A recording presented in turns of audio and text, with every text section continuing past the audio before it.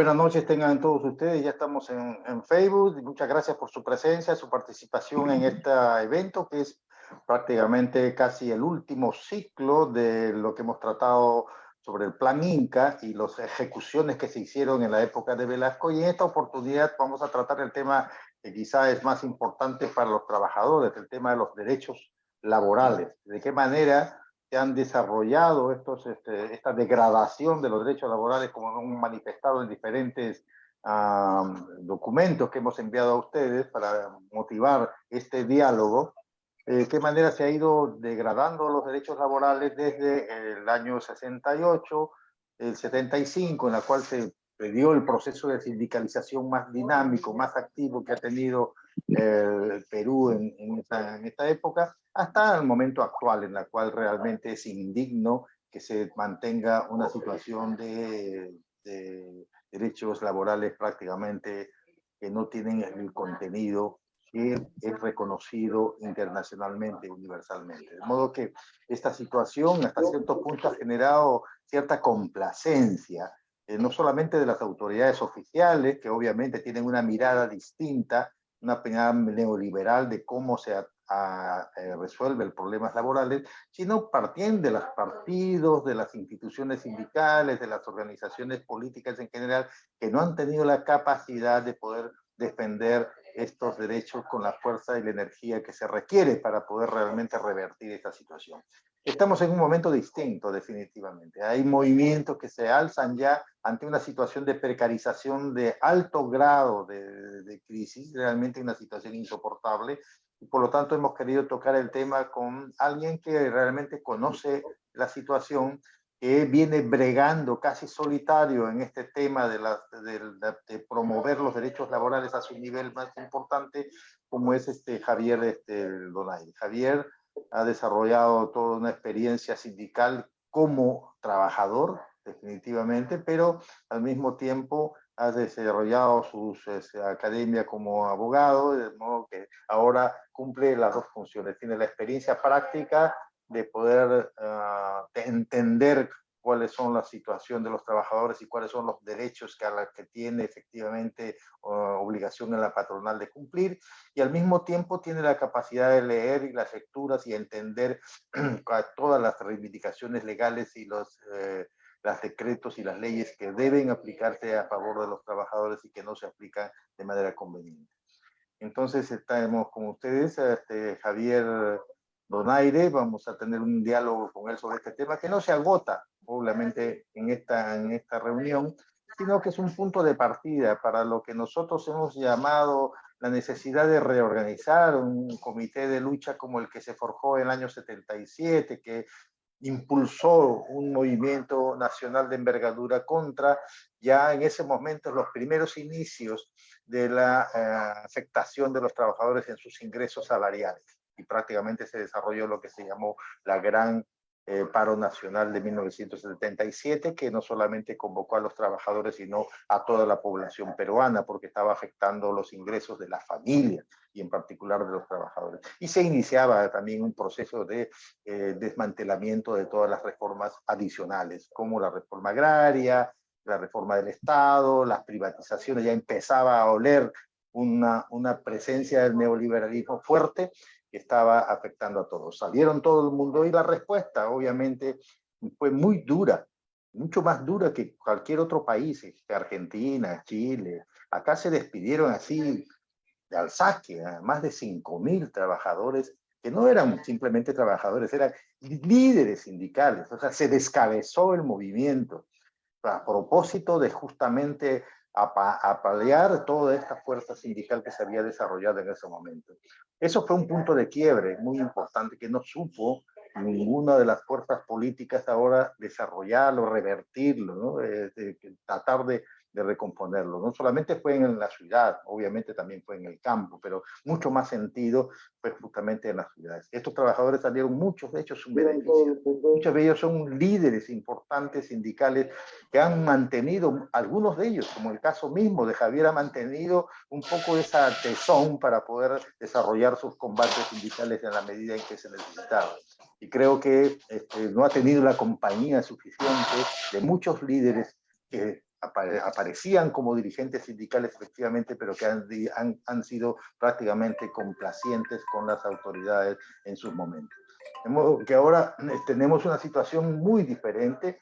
Es necesario rearmarse en este tema, es necesario poner en la agenda nacional el tema laboral, porque ya el nivel de precarización y de informalización ha sido extremo, y ya no tiene las posibilidades de poder siquiera decir, ¿no?, que algunos de los derechos están siendo cumplidos. Lo vemos diariamente, cada vez que converso con un trabajador de un centro comercial o un trabajador incluso de los municipios, ellos no trabajan 8 horas, trabajan 12, 13, 14, 15 horas. Ya no hay la posibilidad, es cuando en el mundo se está discutiendo ya la reducción de la jornada de trabajo a la mitad, para justamente en función del aumento de las productividades. Ahora acá en el Perú se está haciendo absolutamente al inverso. No solamente aquí, quizá en otros países de América también, pero es la crisis del neoliberalismo que quiere sacar sus ganancias a partir de explotar más a los trabajadores y sobre todo ajustar los famosos ajustes que tienen que ver con la reducción del salario. Muy bien, sin más preámbulo, damos paso a Javier, que va a abrir el debate sobre este tema, nos va a plantear varias interrogantes, como digo, para discutirlas, para analizarlas, pero sobre todo para ponerse en acción. Muchas gracias, Javier, por tu tiempo, por tu dedicación a este tema, y felicitaciones por el esfuerzo que haces con la escuela, con los sindicatos que estás trabajando y por el desarrollo académico que has tenido, que es de grande beneficio para todos nosotros. Adelante, Javier. Gracias. Gracias, Jorge. Efectivamente, la introducción que has expresado, y allá por los años 70, ¿no?, me hice obrero. Bueno, era secretario general de mi sindicato, de mi federación, y era dirigente de la CGTT. Ahí encontré el despido. Bueno, tratar sobre el auge, la crisis y, bueno, el qué hacer es tratar el periodo de los años 1968-1975. De ello se trata, de un balance de los derechos y en la actualidad cómo se pueden restaurar a la fecha. Vale decir el periodo del gobierno militar patriota de Juan Velasco Alvarado. Muy bien, agradezco la oportunidad que me brinda el Grupo Emancipador. Para mí es un honor, me enaltece este diálogo, abordar lo bello que conquistamos y se nos otorgó en aquel periodo. Debemos recordar que en 1968 el movimiento sindical, los trabajadores en general, venían de una lucha frontal por arrancar conquistas, derechos individuales y colectivos. El movimiento sindical peruano surge a inicios del siglo XX. En las 2 primeras décadas de este siglo, lo más destacado fue la lucha por la jornada de las 8 horas, allá por el año 1918.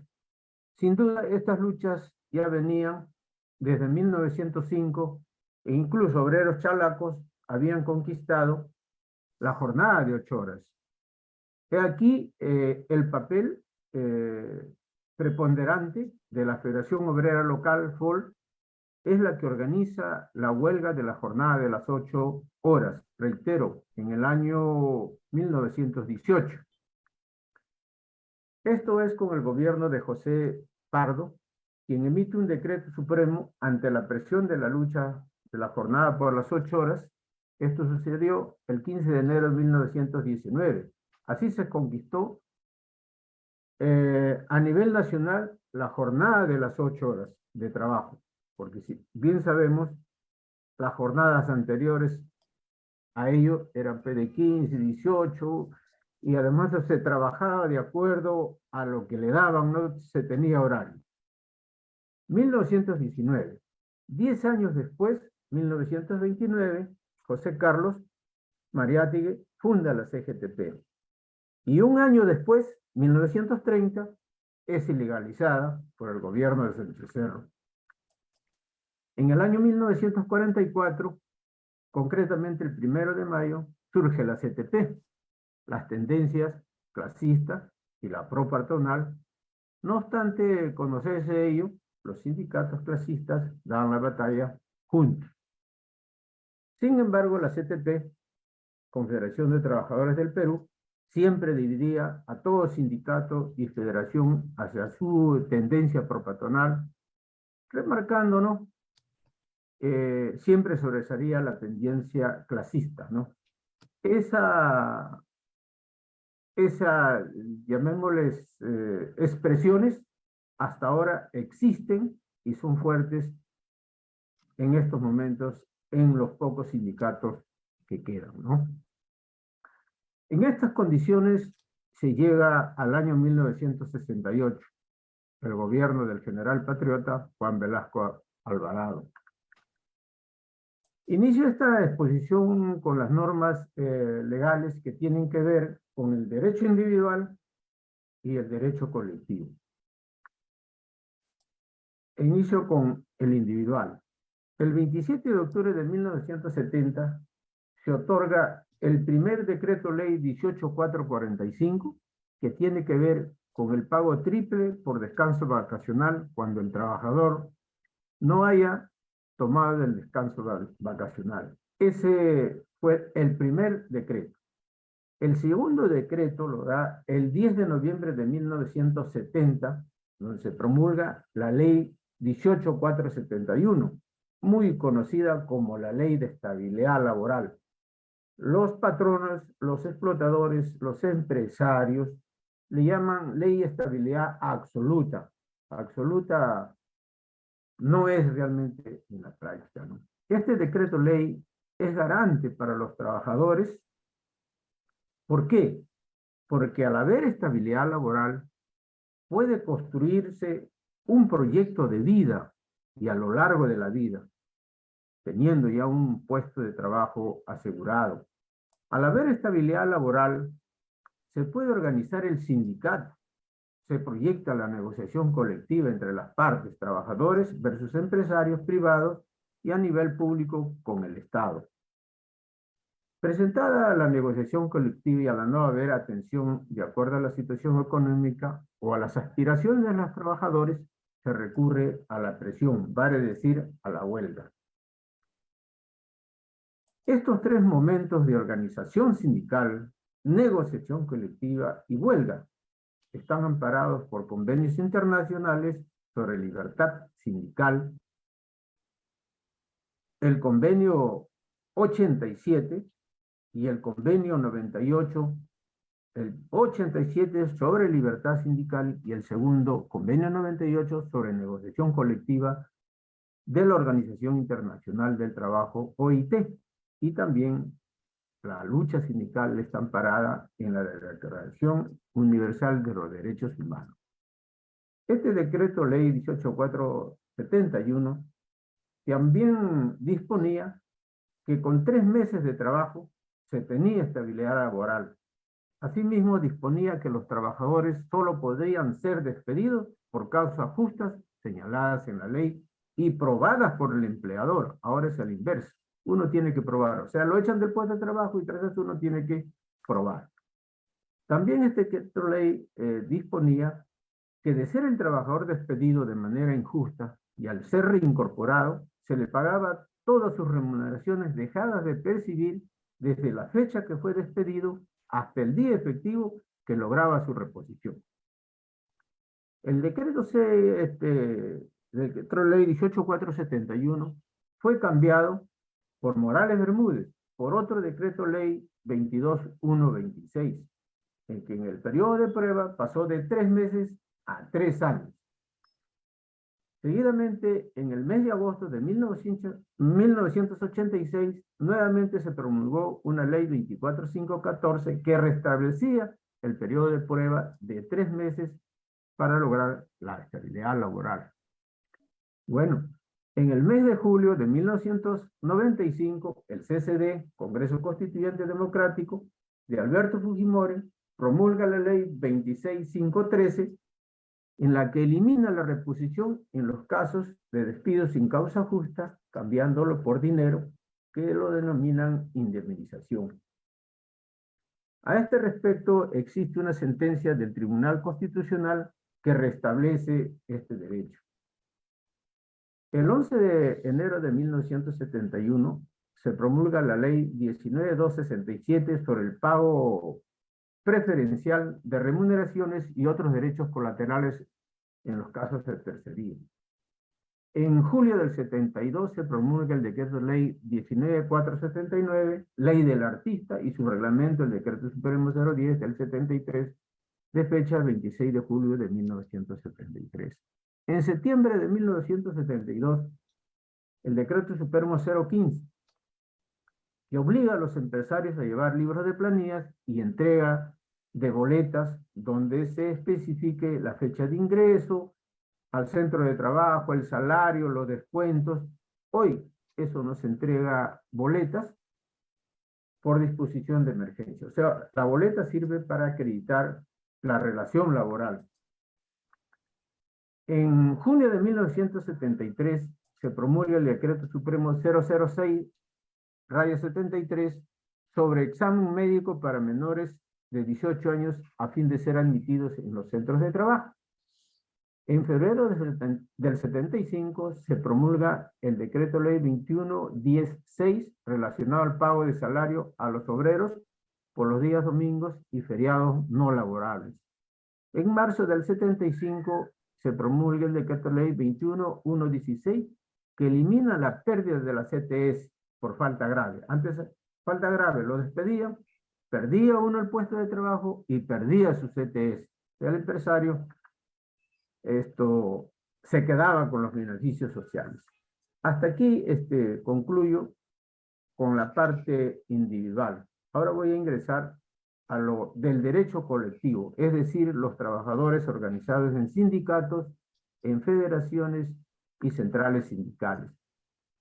En las relaciones colectivas de trabajo, el 29 de noviembre de 1971 se promulgó el decreto supremo 006/71 relacionado a la negociación colectiva, es decir, al pliego de reclamos, que constaba de 2 instancias, hasta 3. Una, el trato directo, conversación directa con el empresario, y la junta de conciliación, donde también iban los empresarios, pero aquí, si no había un acuerdo, el Ministerio de Trabajo resolvía por resolución, de acuerdo a los estudios económicos, y si había renuncia de los empresarios en esta misma instancia, el 006 contemplaba que ante la indiferencia del empresario se resolvía el pliego tal como se presentaba. Aquí merece saber que el 14 de junio de 1968 fue registrada la CGTP, que venía de su ilegalidad. De manera que en 1968 registran a la CGTP, ya la CTP venía desde el año 1944, la CNT de 1971 y la CTRP de 1972. A raíz de la dación del decreto supremo 006/71, relacionado a la negociación colectiva, creció, como hacías en tu introducción, Jorge, creció en los trabajadores la capacidad de organización, es decir, de sindicatos en la capacidad de negociación colectiva y por ende en el ennoblecimiento de sus derechos en el trabajo y en el bienestar de la familia. Hay un informe que señala que en los años 1936 a 1968 se registraron 2.279 sindicatos y 2.115 entre 1968 y 1975. Este informe es de la investigadora Teresa Tobar. En diciembre de 1970 se promulga el decreto ley 18.668 que faculta a las autoridades de trabajo a poner multas a los empleadores por incumplimiento de infracciones de las disposiciones laborales y violaciones de los convenios colectivos. En junio de 1971, mediante decreto ley 18.870, se crea la Comisión Permanente de Regulación de Remuneraciones y Condiciones de Trabajo.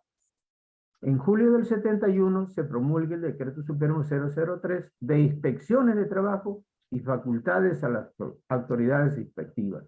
En noviembre del mismo 71 se promulga el decreto ley 19040, ley orgánica del Ministerio de Trabajo y la creación del Fuero Privativo de Trabajo y Comunidades Laborales, que moraliza el Ministerio de Trabajo y al abrirse juzgados de trabajo.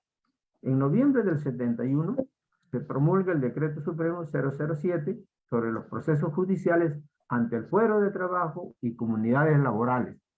Esto ha sido derogado por la Ley 2676 en el mes de julio de 1996, el cual alarga los procesos laborales de 5 a 6 años. Ahora se va al Poder Judicial, la recarga procesal, etcétera, etcétera. En 1972 se promulga el Decreto Supremo 003 que determina las instancias en los procesos administrativos de trabajo. En junio del 72 se promulga el Decreto Supremo 006 que permitía denunciar las violaciones a las normas de trabajo y los despidos ilegales. Con este decreto supremo los despidos y violaciones laborales resolvían en muy corto tiempo, no más de 3, 4 meses. 3, 4 meses, ahora 6 años. En noviembre del 72 se promulgó el decreto supremo 019 con el cual el Ministerio de Trabajo absolvía y absuelve las consultas gratuitas hasta ahora, ¿no? De manera especial debo relevar que el 27 de julio de 1970 se promulgó la Ley de Industrias, la 18350, y el 3 de septiembre del mismo año se promulga la Ley de la Comunidad Industrial, el 18384. Estas normas buscaban readecuar las formas empresariales privadas a fin que el Estado pueda normar con efectividad el sistema productivo industrial, sin modificar el sistema capitalista, ¿no? Recuerdo aquí, cuando Velasco expresaba, ni capitalismo, ni comunismo, ni comunismo, ni capitalismo, lo recuerdo muy bien, ¿no? Ahora, las negociaciones a la seguridad social, se emitieron normas legales siguientes. En abril de 71 se promulga el decreto ley 18846, la cual se traspasa de las clínicas de seguros privados al seguro social obrero, la cobertura de los accidentes de trabajo y enfermedades profesionales. En febrero del 72 se promulga el reglamento del decreto ley 18846 mediante el decreto supremo 02 sobre los riesgos de accidentes de trabajo y enfermedades profesionales. En abril del 73, se promulga el decreto ley 19990 sobre el Sistema Nacional de Pensiones, la ONP, que ese es todo un tema que debería también en su oportunidad ser tratado, ¿no? En noviembre del 73 se promulga la Ley de Seguro Social del Perú, en la cual se fusiona la Caja Nacional del Seguro Social Obrero y el Seguro Social del Empleado. En el 74, febrero del 74, se promulga el Decreto Ley 2530 sobre el régimen de pensiones de los servicios públicos que se encontraban en el régimen de cesantía, jubilación y Montepío. En el año 74 se promulga el Decreto Supremo 011 que reglamenta el Sistema Nacional de Pensiones. Seguidamente, en agosto del 74 también se promulgó el Decreto Ley 2077 que incorporó al régimen de salud del Seguro Social del Perú a todos los pensionistas, incluidos los del régimen 2530. En noviembre del 74 se promulga el Decreto 2088 que establece un sistema único de pago de las aportaciones de la Seguridad Social. Así también se establece un registro único de asegurados y sus respectivas cuentas corrientes de sus aportaciones. En marzo del 79 se promulga el Decreto Ley 22482 respecto al régimen de prestaciones de salud y seguridad social. Seguidamente se promulga el Decreto Ley 22951 que crea el Fondo Nacional de Vivienda, FONAVI, hoy este beneficio, que debió ser bien de los trabajadores asegurados. Se conoce todo un escándalo, no hay viviendas, no hay devolución completa de los dineros. Bueno, eso es bastante conocido. Antes de pasar a señalar respecto a todo el desmontaje de este avance en bien de los trabajadores, quiero relevar el significado de la negociación colectiva, del dispositivo legal 006. Los pliegos de reclamo se resolvían en su inmensa mayoría en trato directo, muy pocos en junta de conciliación. Por resolución casi no habían, en gran parte era en trato directo. Ahora, después del general patriota Velasco Alvarado, la contrarrevolución, ¿no?, junto a su traidor Francisco Morales Bermúdez, lo primero que hicieron fue devolver lo económico a los empresarios privados y quitar la función fiscalizadora y normativa al Estado peruano. Es decir, despojar a los sindicatos de los derechos sindicales. Se dieron cambios ministeriales en relaciones exteriores, en agricultura, en alimentación, en transportes y comunicaciones, energía, ¿no?, a los generales Miguel Ángel de la Flor, Enrique Gallegos, Rafael Hoyos Rubio, Aras Graciani, a Guillermo Fabra Gais, a todos esos militares ministros los sacaron. Los pasaron incluso al retiro a Leonidas Rodríguez, a Gran Hurtado, a Fernández Maldonado. Viene el levantamiento de Bobbio Centurión, se acelera el asalto a las relaciones, a las remuneraciones de los trabajadores, se establecen topes a los aumentos salariales por negociación colectiva, los aumentos se dan por decretos del año 76 hasta el año 77, se prohíben las huelgas, se decreta estado de emergencia, se suspenden las garantías a quienes realizaban o no paro, se despedían a dirigentes y trabajadores al amparo del Decreto Supremo 011 del año 76, de fecha 13 de agosto de 1976. Según informaciones, se despidieron algo de 20 a 30, 60.000 trabajadores. Eso realmente no hay una estadística exacta, pero el hecho es que descabezaron o se inició el descabezamiento del movimiento sindical. Desde julio de 1976 hasta fines del 78 se vivió en estado de emergencia y suspendida las garantías. Se eliminan las utilidades otorgadas por la Ley de Industria, la 18350, y la Comunidad Industrial, que fue creada por Ley 18384. Esta ley pues fue otorgada a los trabajadores una real participación en las utilidades, en la gestión, en la propiedad de las empresas. Igual fue en la minería, Cocomi, ¿no? Igual fue en la pesca. Es así que se eliminan a los trabajadores de una participación en la copropiedad de las empresas, es decir, se les quita las utilidades, se le quita la gestión, se le quita la oportunidad de tener hasta el 50%, llegar hasta el 50% de la propiedad de las empresas. En noviembre del 71 se promulga la ley 22342 que permite contratos eventuales en la agroindustria. Hasta el día de hoy, la precariedad que expresaba Jorge en el sector agroindustrial, ¿no?, que era por la exportación, sin embargo se ha quedado ahora.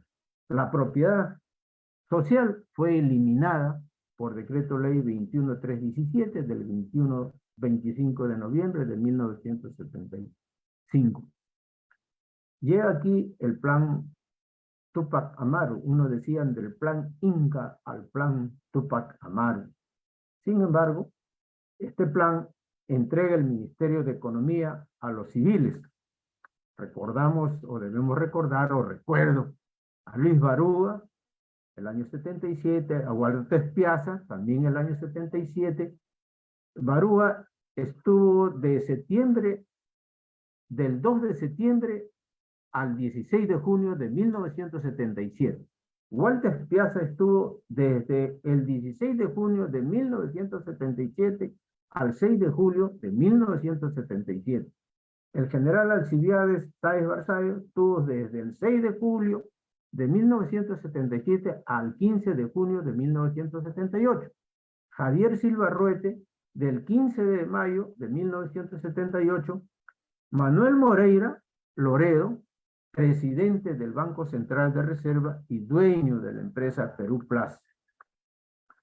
Aquí vale relevar también, todos ellos, me refiero a los golpistas, a los traidores, se aliaron al Plan Cóndor a través del grupo La Misión, a Argentina de Videla, a Chile de Pinochet, a Uruguay, a Paraguay. Aquí viene la respuesta.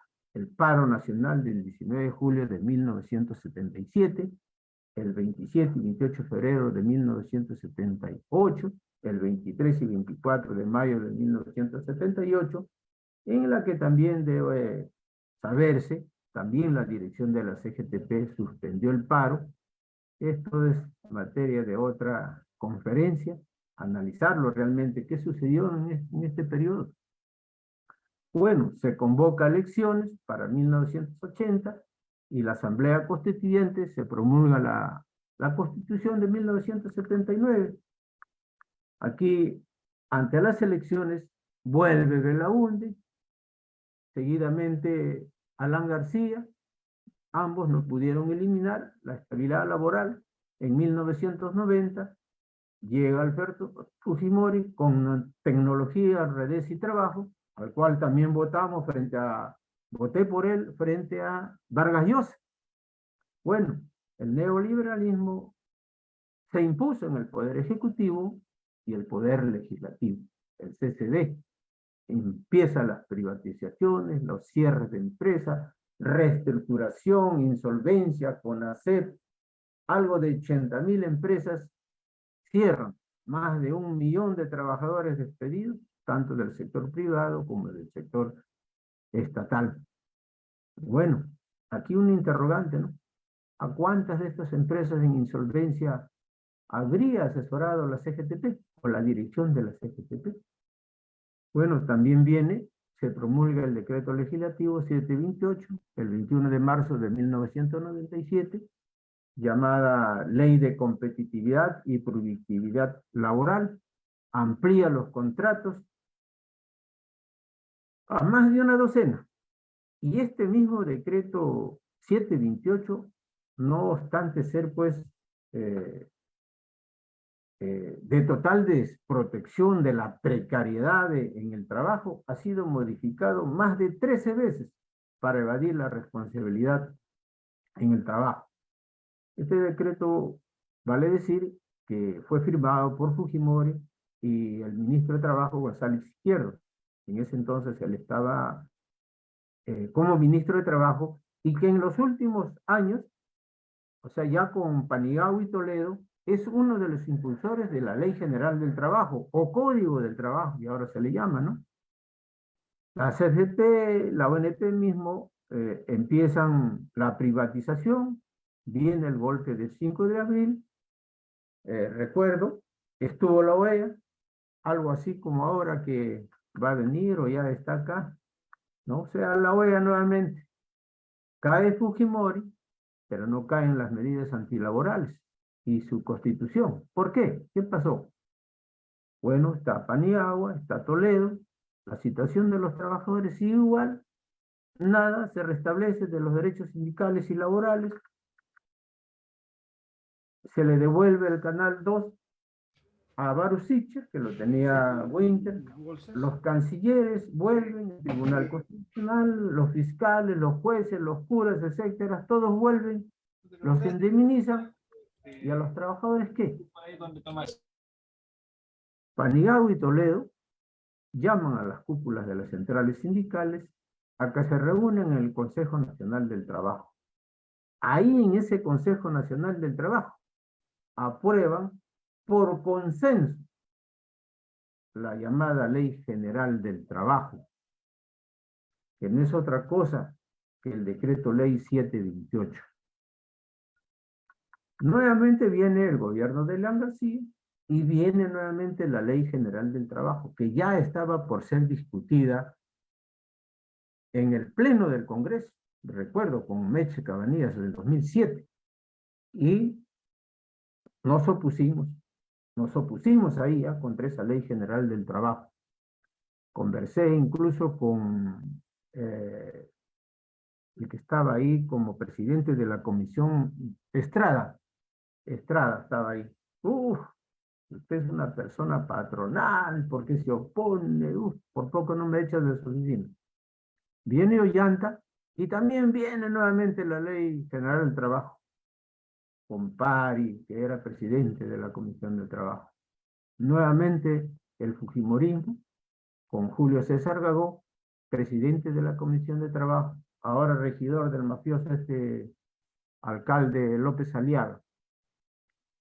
Asimismo, también en este periodo viene la ley de inspecciones, la SUNAFIL, en julio del 2006. Bueno, seguidamente el gobierno de Kuczynski, Sagasti, Merino y Pedro Castillo ahora.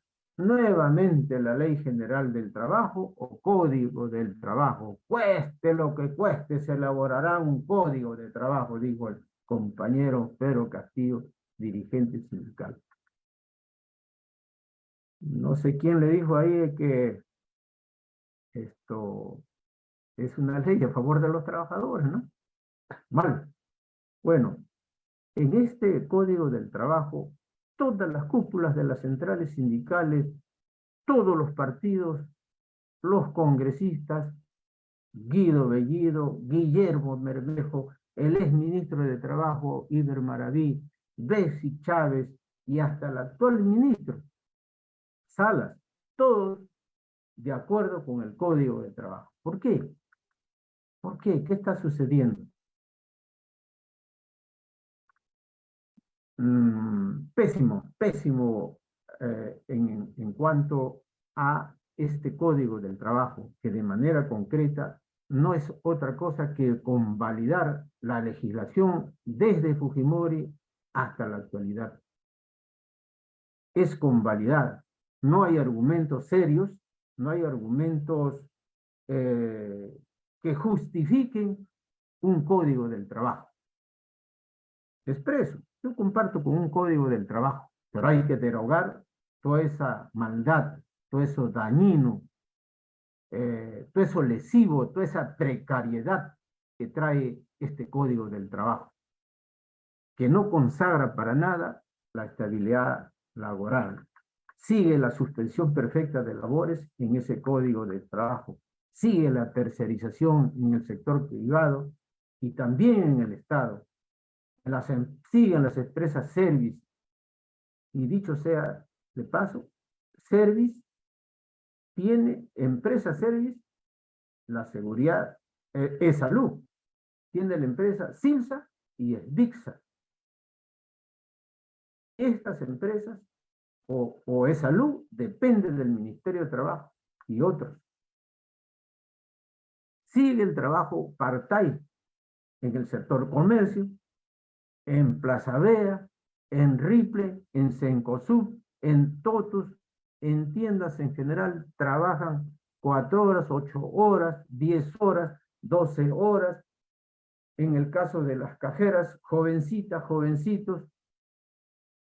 En el sector comercio no hay, nadie ve por ellos. Estos jóvenes creen que nacieron para trabajar así.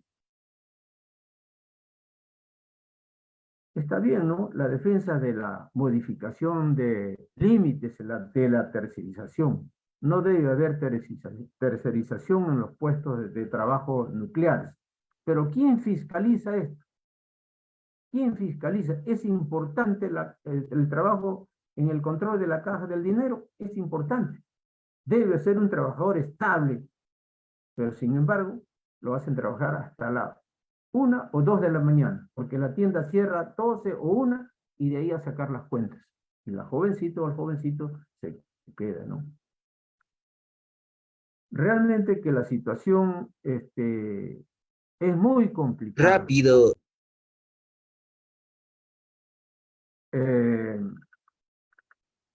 En esto, las cúpulas de las centrales tienen un compromiso por el cual no asumen una defensa de los trabajadores, no hay denuncia en favor de los trabajadores. Está comprobado por las prebendas después. Que la cuña que la invitó. Todo lo han consensuado en el Consejo Nacional del Trabajo. En concreto, no hay dirección de clase en el movimiento sindical.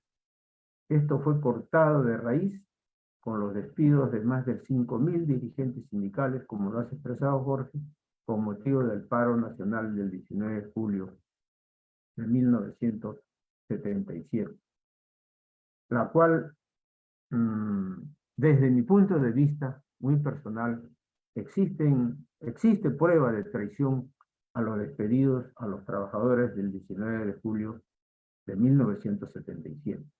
Y en esto hay pruebas cuando se junta la CGTP, la CNT y la CTRP del MLR, del Movimiento Laboral Revolucionario, del Grupo La Misión o del Plan Cóndor, que se alían contra los trabajadores mineros en lucha por defender al ministro de Trabajo.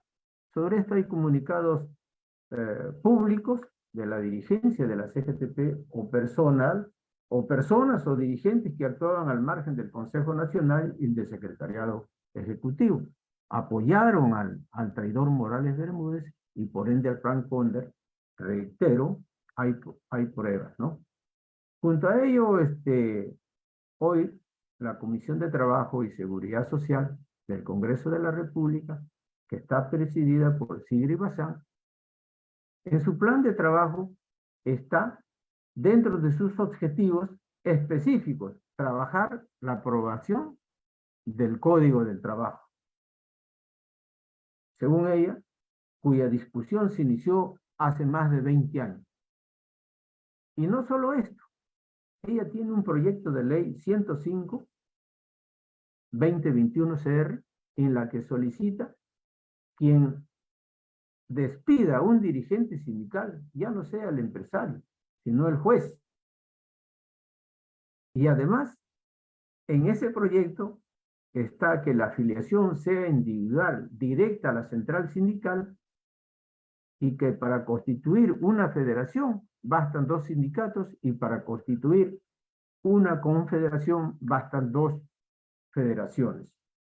¿Qué es esto? Dispersión sindical. Hablan de una legislación laboral dispersa y por eso que elaborar un código del trabajo, mientras ellos dispersan a los trabajadores, a los sindicatos, ¿por orden de quién? ¿Quién está detrás de todo esto? Concluyo, ¿no? ¿Qué hacer? Pienso que lo primero que debemos rescatar y tener presente es la fuerte influencia en el movimiento sindical peruano, en la que son decisivas las figuras de Manuel González Prada, Nicolás Gutarra, Carlos Barro, Manuel Caracielo y Delfín Lévano, estos 2 últimos, abuelo y papá de César Lévano, compañero que nos ha dejado una incompleta herencia de esas batallas. Estas influencias considero que no solo fue para el movimiento sindical, sino para los militares patriotas que forjaron en la práctica y en los hechos el Plan Inca, el cual merece rescatarlo por ser un plan nacional de desarrollo.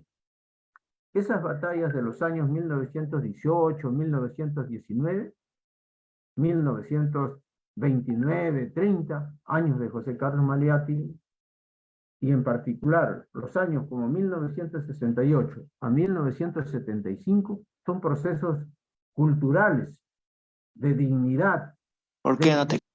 cargados de una eticidad realmente, ¿no? Estos procesos culturales y de identidad, reitero, tienen que profundizarse en el derecho del trabajo, la seguridad social, en las universidades, en la OIT, en Naciones Unidas, profundizarlo en esa cultura de identidad, ¿no?, que nos ha legado los militares patriotas del Plan Inca y a través del Plan Inca. Por ello, planteo que es posible rescatar el origen y adecuar al tiempo la vigencia de la comunidad industrial. Ejemplos hay: Andahuasi y Manufacturas 3 Estrellas. La empresa Andahuasi es dirigida. Manufacturas 3 Estrellas es dirigido por trabajadores. Tenemos que dar las batallas, ¿no?, bajo esta percepción, ¿no? Tenemos que tener en ese sentido convencimiento, ¿no?, que por encima de estas dificultades, ahí vamos, ¿no? No nos rendimos, no nos rendiremos. No han podido con su Ley General del Trabajo y hoy no podrán con su llamado Código del Trabajo. Yo estoy seguro que lo vamos a derrotar. Lelia. Esta jornada del Grupo Emancipador tiene que extenderse, desde mi punto de vista, en el corazón, las mentes de los trabajadores y los sindicatos peruanos. Debe implementarse y adentrarse en problemas temáticos y sectores importantes de los trabajadores del sector comercio, la manufactura y las problemáticas laborales especiales. El part-time, inspecciones de trabajo, SUNAFIL, accidentes de trabajo, tercerización en los sectores comercio, minero, público, ¿no? Definitivamente, si no hay formación sindical, es imposible una renovación, reorientar a los trabajadores y en especial a sus dirigentes sindicales. Nuestra batalla sigue. Así nos enseña José Carlos, heroica. En ese sentido, tenemos una escuela de formación sindical, Manuel González Prada, que ya tiene sus frutos. Yo estoy seguro que pasarán por el Grupo Emancipador estos jóvenes dirigentes, en los cuales hay 2 mujeres jóvenes. Mentiroso. Tendrán su oportunidad, ¿no?, en el Grupo Emancipador. En este compromiso, permítame rendir un homenaje a quienes defendieron y engrandecieron la obra de Juan Velasco y el Plan Inca. Mi homenaje, en primer lugar, a José Chávez Canales, ex secretario general de la Federación Metalúrgica, general de la CGTP. Sí, nos enseña José Carlos, es de creación heroica. Dentro de ello, tengo el honor de presidir una escuela de formación sindical, Manuel González Prada. Ya tiene su fruto.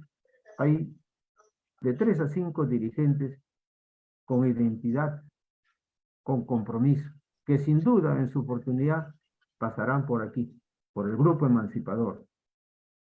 En este compromiso, yo quiero, permítame rendirle homenaje a quienes defendieron y engrandecieron la obra de Juan Velasco y el Plan Inca. En ese sentido, homenaje a José Chávez Canales, secretario general de la FETIN, secretario general adjunto de la CGTP, que ya partió. Igualmente, Mateo Cornejo Monteagudo, secretario general de la Federación Departamental de Trabajadores de Junín, que también partió. Saludo a Juan Rufás, secretario general de la Federación Departamental de Trabajadores de Trujillo, a Claudio Santa Cruz, aún en vida, ex secretario de Defensa de la CGTP, a Alfonso Villachica, de la Federación de Calzado, no lo veo después del paro nacional, a Eduardo Cajahuaringa, de la Federación de Mineros, a Juvenal Gorriti, que también partió. De manera particular, yo quiero saludar, permítame, a Adolfo Granadino, dirigente metalúrgico y portuario, y otros compañeros de vanguardia que compartimos gloriosas jornadas. Saludo a Nicolás Aguilar. Gracias, Grupo Emancipador. Gracias, compañeros. Gracias, Jorge, por la oportunidad.